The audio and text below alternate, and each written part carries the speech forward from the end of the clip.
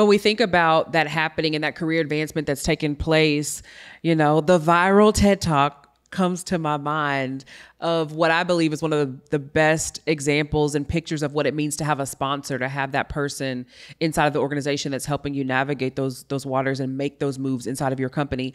For those that might be listening that are like, sponsor, tell me more. How do you define a sponsor?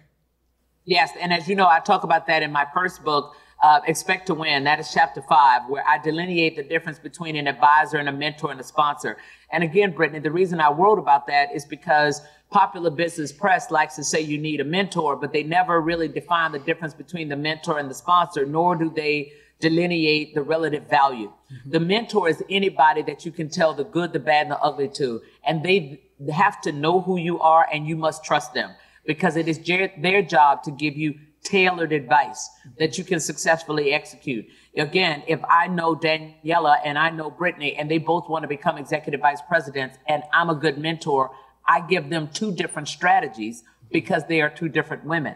And my job is to give them that tailored advice that they can successfully execute. The sponsor, on the other hand, is the person that is carrying your paper into the room. What room? That room where all of the important decisions about your career will be made. That room where your compensation is decided. That room where your promotions are decided. That room where new assignments are given out. That room where you are not present.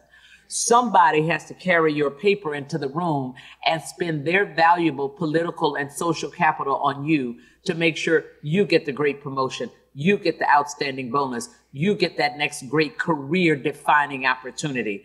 That is the person that you call the sponsor. And that was a big aha, as I talk about in the TED Talk. Back then everybody was a mentor. But that very first evaluative cycle, when we were all in that room and somebody said, "Oh, John Smith, the kid's a superstar. He walks on water." And somebody said, "Patty Smith, safe pair of hands." Somebody said, Jimmy Smith, "Oh, the kid's a disaster. He's a disaster."